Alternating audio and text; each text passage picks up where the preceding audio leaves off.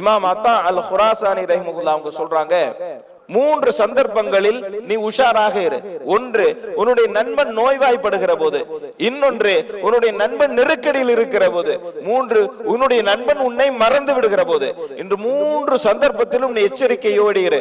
அவர் நோய்வாய்ப்பட்டால் ஓடி சென்று உதவி செய். அவர் நெருக்கடியில் இருந்தால் ஓடி சென்று உதவி செய். உன்னை அவர் மறந்து விட்டாலும் நீ தேடி சென்று அவரோடு பழகு என்பதாக அத்தா அல் குராசானி ரஹிமஹுல்லாஹ் அவங்க சொல்றாங்க. யார் கடுமையாக நடந்து கொள்வாரோ அவரை விட்டு நண்பர்கள் ஓடி விடுவார்கள்.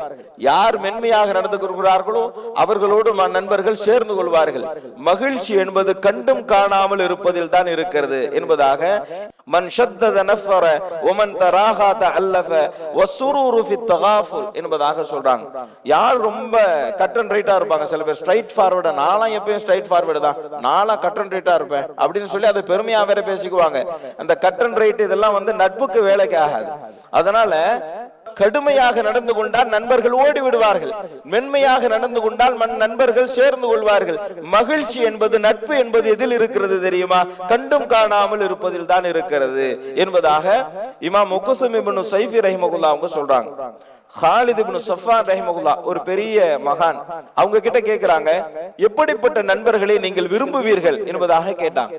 அல்லது யக்ஃபிரு ஸலலி, நான் செய்த தவறுகளை யார் மன்னித்து விடுவார்களோ, வயக்பில் இலலி, என்னுடைய குறைகளை யார் ஏற்றுக்கொள்வார்களோ, வயசுத்து ஹிலலி, என்னுடைய தவறுகளை யார் சீர் செய்வார்களோ, இப்படிப்பட்டவர்களை தான் நான் அதிகம் விரும்புகிறேன் என்பதாக இமாம் ஹாலித் இப்னு ஸஃபான் ரஹிமஹுல்லாஹ் அவர்கள் சொல்லுகிறார்கள்.